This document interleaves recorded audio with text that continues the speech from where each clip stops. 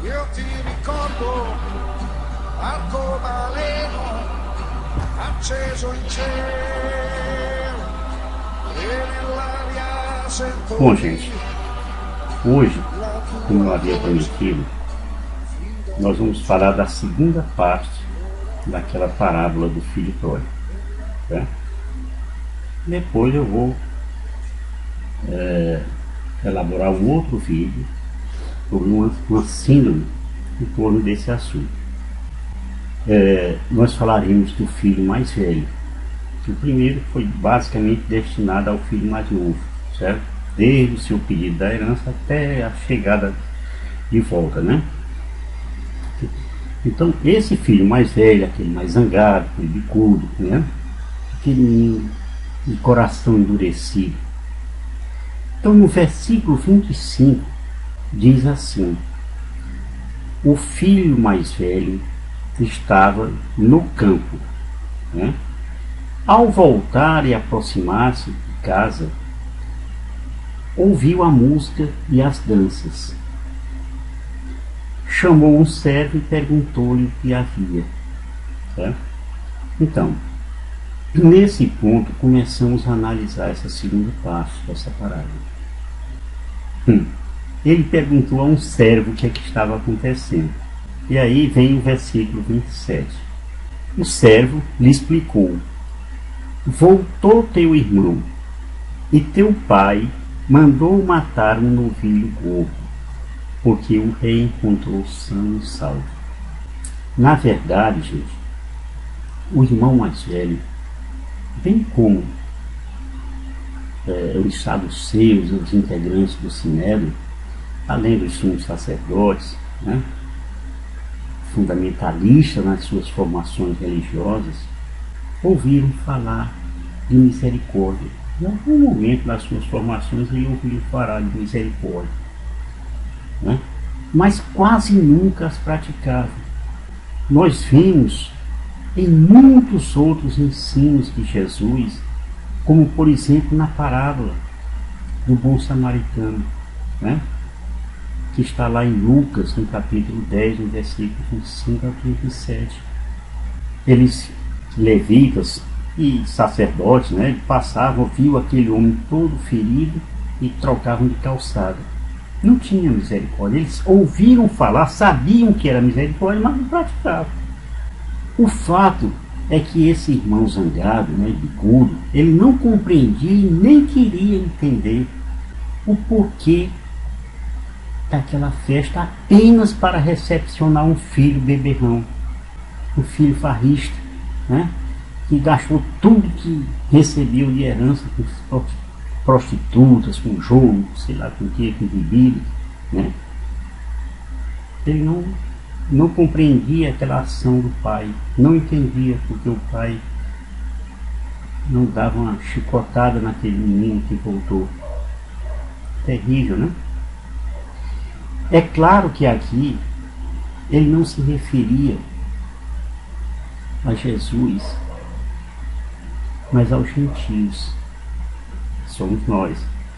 Nós éramos vistos por eles, judeus todos, apenas como idólatras, né? Como gastadores, esbanjadores, dados a farras, né? A orgias, mas que um dia fomos chamados, perdoados e aceitos no coração de Cristo, né? E eles próprios rejeitaram, certo? Aliás, essa bronca é antiga. Eles não entendem como um pecador pode ser perdoado. Não aceitam isso. Mesmo tendo cometido faltas graves, e eles, sendo justos, viviam constantemente tendo que seguir e sentir na carne o rigor da lei, da Torá. Então eles não entendiam por que eles não podiam fazer aquelas orgias e a gente podia, ainda tinha a graça de ser perdoado. Eles não aceitavam isso. Tá? Então, quando a gente lê em Ezequiel, quando um malvado renuncia ao mal, para praticar a justiça e a equidade, ele faz reviver a sua alma. Se ele se corrige e renuncia a todas as suas faltas, certamente viverá e não perecerá. E eis que a casa de Israel pretende que o modo de proceder do Senhor não seja justo. Não é acaso o vosso modo de proceder que é injusto? Veja que Deus, ainda no Antigo Testamento, tinha isso, já tinha falado isso. Eles tinham questionado Deus. Olha só, quem eram eles para questionar Deus? E eu confesso, né, que foi um deles. Gostava de farra, de beber, de fazer loucuras, né? E graças a Deus fui acolhido de volta com muita festa e misericórdia num grupo de oração quando fiz o seminário de vida. É? Pois é. Então vamos lá. No versículo 28, na primeira parte, está dizendo assim: encolerizou-se ele e não queria entrar. E aqui Santo Agostinho já tinha comparado esse filho mais velho aos judeus, aqueles judeus mais radicais, né? Ele ficou extremamente aborrecido com o oferecimento daquele banquete, o filho, né?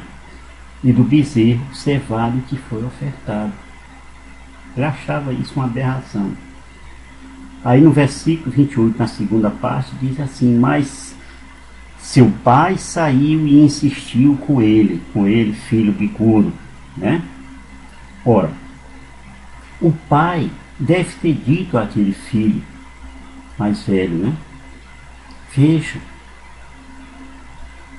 o teu irmão voltou. Ele estava perdido e encontrou o seu lar. Nada foi tirado de você.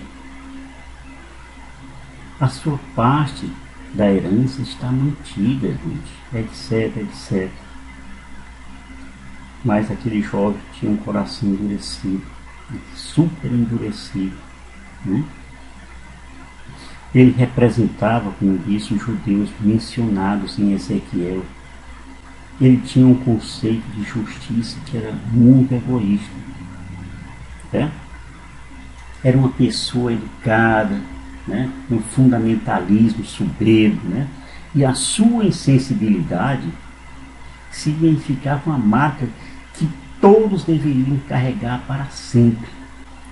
Como se dissesse: eu sou assim, cumpro as minhas obrigações segundo a lei de Moisés, devolvo o meu dízimo religiosamente, sigo os preceitos exigidos no Tanakh, né? Esse Tanakh é o livro da Bíblia, escrito originalmente em hebraico antigo, ou então no aramaico, né? E quem agir diferentemente de mim estará errado e deve ser condenado. Certo? Era uma pessoa que cumpria muito bem as suas tarefas e claramente sentia-se orgulhoso disso. Certo? E por isso achava-se superior aos demais empregados, né? E achava que por isso ele mereceria mais elogios. Então, igual aquele fariseu lá do templo, né? Você lembra disso? O fariseu em pé orava no seu interior desta forma: graças te dou, ó Deus, que não sou como os demais homens, ladrões, injustos e adúlteros, nem como os publicanos que está ali.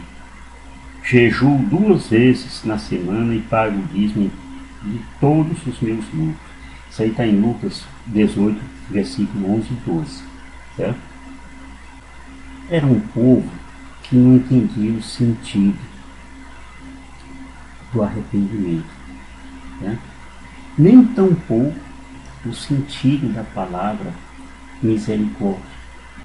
Na cabeça deles, eles nunca cometeriam qualquer pecado ou desvio de conduta. Então, talvez por acharem que nunca cometeriam algum pecado, eles também nunca precisariam de misericórdia. Outra vez, pobre coitado.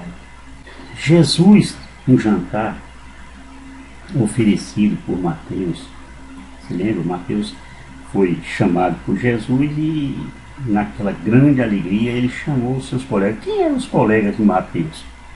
Os colegas de Mateus eram os seus amigos cobradores de impostos, né? Eram aquelas pessoas que eram dadas a tomarem muito vinho, tal, brincarem, serem brincalhões, jogando, tal. Então, quando Jesus chamou Mateus, Mateus era desse jeito. Mas Mateus ficou tão feliz que ofereceu uma festa para Jesus.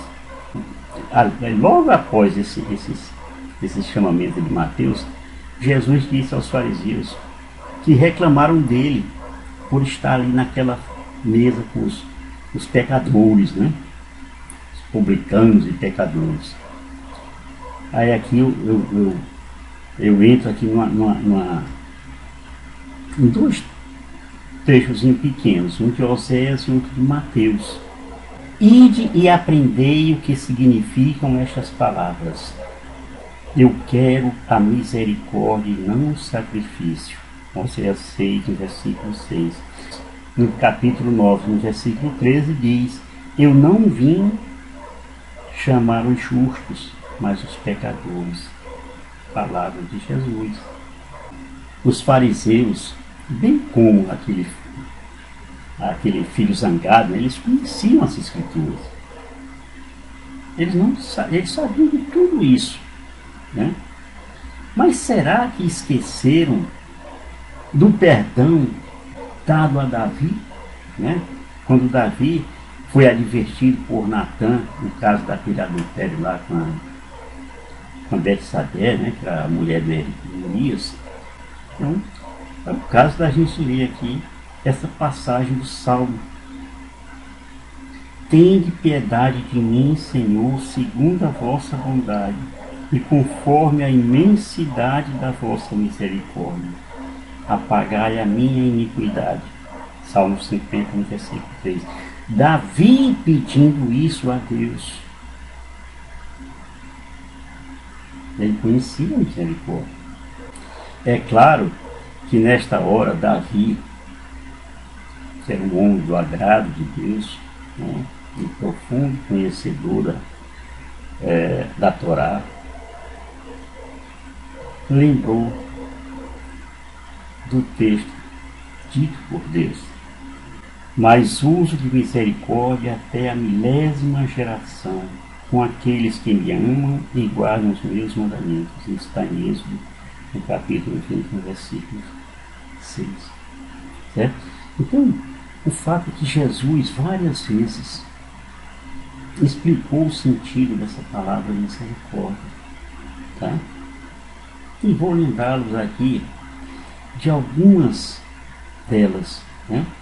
Por exemplo, no Sermão da Montanha, ele disse: bem-aventurados misericordiosos, porque alcançarão misericórdia. Mateus 5,7.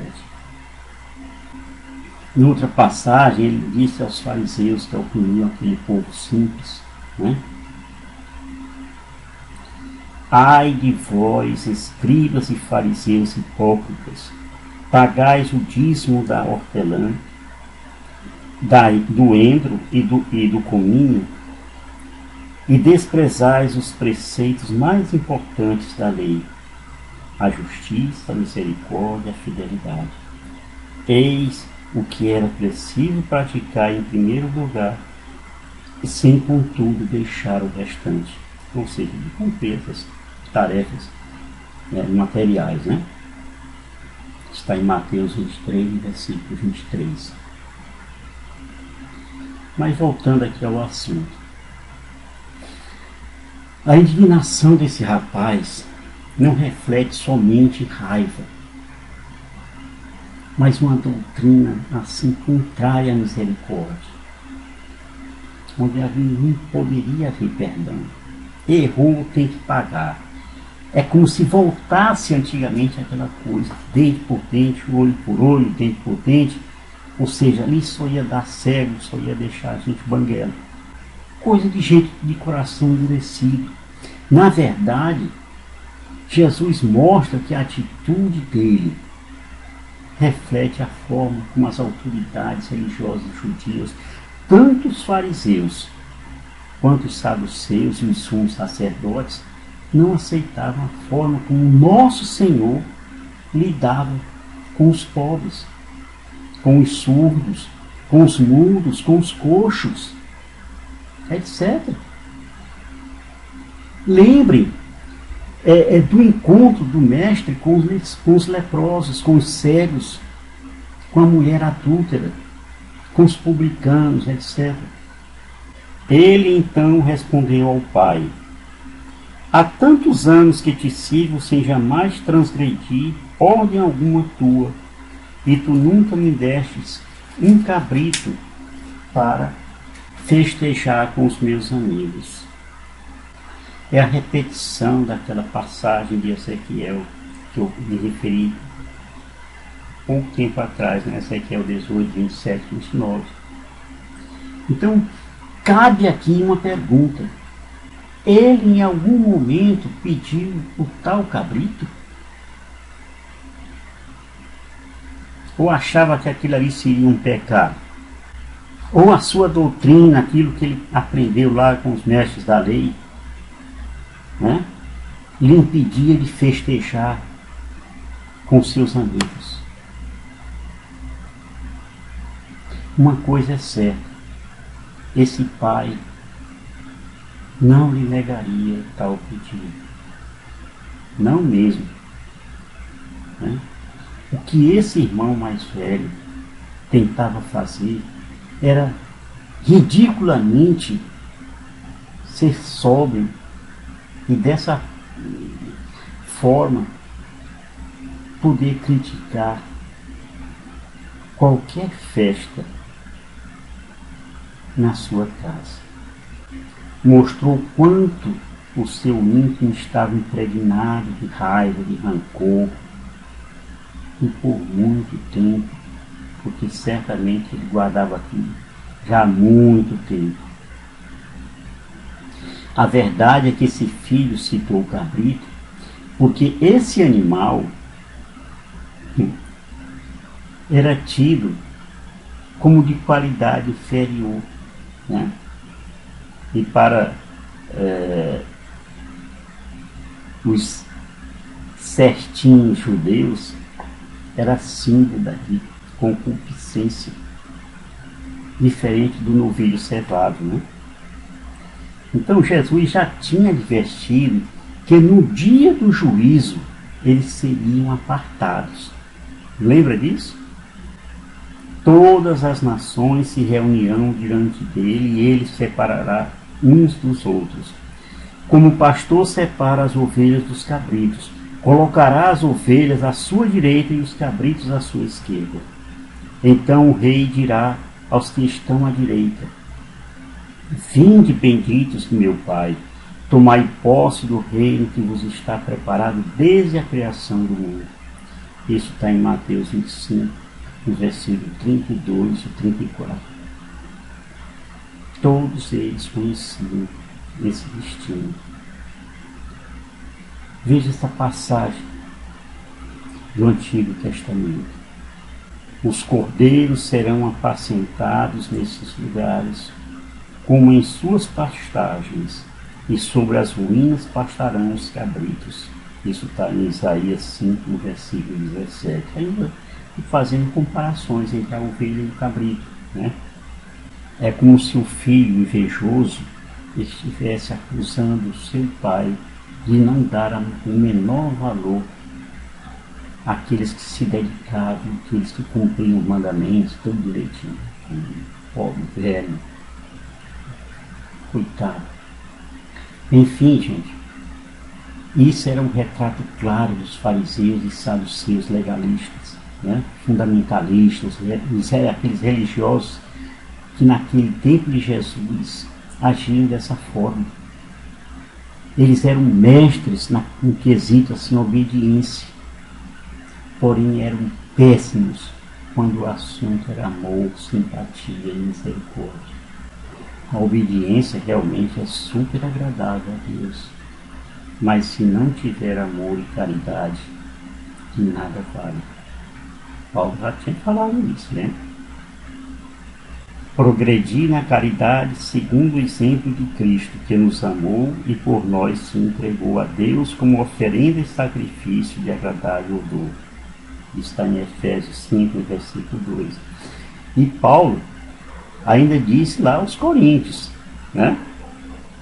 Ainda que eu falasse as línguas dos homens e dos anjos, se não tiver caridade, sou como um bronze que soa ou como um símbolo que retine. Isso está em 1 Coríntios, no capítulo 3, no versículo 1. Ora, gente, quem exerceu e praticou mais a caridade do que Jesus? Diga aí. Então, em certo sentido, é como ouvir de uma pessoa nascida num berço de ouro, ou então numa família com recursos razoáveis, eles fazerem as seguintes perguntas: por que devemos ajudar os pobres? Por que existem as cotas nas universidades? Por que existe o Bolsa Família para essa gente? Só vão gastar com bobagem. Por que a minha casa, minha vida? Por que tantas simpatias com esse povo? Etc, etc. O fato, irmãos, é que essa gente hipócrita, especialmente as autoridades religiosas, só tinham amor a si mesmos e aos seus próximos, aqueles que estavam perto deles. Não foi assim que fizeram na parábola do bom samaritano? Por acaso desceu pelo mesmo caminho um sacerdote, viu o doente, né? E passou adiante. Igualmente um levita, chegando àquele lugar, viu e passou também adiante. Mas um samaritano que viajava, chegando àquele lugar, viu e moveu-se de compaixão. Lucas 10, 31, 33. E olha que esses judeus detestavam os samaritanos. Né? Nessa parábola do filho pródigo, Jesus quis deixar isso bem evidenciado. Né? Não veio para abolir as leis, mas para aprimorá-las, para explicar o que é que significavam aquelas leis. Que eles só viam um lado, estavam com o coração tão endurecido que eles não conseguiam ver que podiam fazer misericórdia. Não julgueis que vim abolir as leis e os profetas. Não vim para abolir, mas sim para levá-los à perfeição. Mateus 5, 17. Então no versículo 30 está dito: e agora que voltou este teu filho, que gastou os teus bens com as meretrizes, logo lhe mandastes matar um novilho gordo. Então, para esse irmão mais velho, este teu filho, olha a expressão que ele usou, este teu filho, assim, com desprezo, né? Veja que ele não chamou, agora que voltou esse meu irmão, não, este teu filho, assim, como se fosse uma coisa podre, né? Então, gente, somos nós, e na cabeça dele, somos nós esse filho, né? Este teu filho, né? E na cabeça dele, vivemos assim, sempre dissolutamente. A gente não tem amor, não tem nada, é só vive mesmo para farra. Na cabeça dele. Farriamos, tal, não temos comportamento moral nenhum ou ético, né? Conforme essas leis de Deus. Então, nessa época, nós éramos chamados de gentios, ou pagãos, né? E, portanto, nós não deveríamos estar numa ceia de judeus. Se nós estivéssemos lá, nem lavássemos as mãos, né? Então, entenderam aí por que Jesus era questionado? Eu fico tentando entender também, no nosso mundo de agora, como certos padres, bispos, protestantes, né? E também os católicos não pentecostais, como é que eles odeiam ou simplesmente não aceitam uma reunião carismática? e chegam até mesmo a desestimular a criação de grupos de oração. É como se eles não tolerassem a alegria, né, que reina naquelas reuniões. É triste isso, mas é a verdade. No versículo 33, aliás, no versículo 31, está dito lá: explicou o pai: filho, tu estás sempre comigo e tudo que é meu é teu. Verdade. Tudo que é de Deus é também nosso. Acontece que nem tudo nos está submetido. É como disse Santo Agostinho: uma coisa é dizer meu servo, outra bem diferente é dizer meu irmão ou meu filho. Então nós precisamos estabelecer essas diferenças. Tudo é nosso, se, no entanto, somos do Pai. É o que disse São Paulo: tudo posso naquele que me fortalece, né? Filipenses 4,13. Então, antes, Jesus já havia anunciado: permanecei em mim e eu permanecerei em vós. O ramo não pode dar fruto por si mesmo, se não permanecer na videira. Assim também vós não podeis tampouco dar fruto, se não permanecerdes em mim. João, capítulo 15, versículo 4. Um pouco mais adiante, nesse mesmo evangelho, Jesus completa essa sentença: eu sou a videira, vós os ramos. Quem permanecer em mim e eu nele, esse dá muito fruto, porque sem mim nada podeis fazer. João 15,15. O fato é que esse Pai misericordioso, em vez de reprimir, né, com as ironias desse irmão malvado de coração duro, ele disse simplesmente: filho, tu estás sempre comigo e tudo que é meu é teu. Vamos lá. No versículo 32 a gente lê: convinha, porém, fazermos festa. O pai dizendo para o filho malvado, né? Pois este teu irmão estava morto e reviveu, tinha se perdido e foi achado. Lucas 15, versículo 11 a 32, essa frase está nesse contexto. Então, verdadeiramente, nós temos uma passagem que diz: terei eu prazer com a morte do malvado? Oráculo do Senhor Javé. Não desejo eu antes que ele mude de proceder e viva? Ezequiel 18, 23. Mas aquele filho mais velho estava totalmente cego, gente, para enxergar essas coisas que estavam ali, inclusive nas esculturas que eles conheciam tanto. Entenderam? É isso aí, irmãos. Nós terminamos por aqui. No próximo vídeo, nós vamos falar um pouco sobre a síndrome do filho pródigo. Tá? Não percam, não. Amém? Shalom do Pai.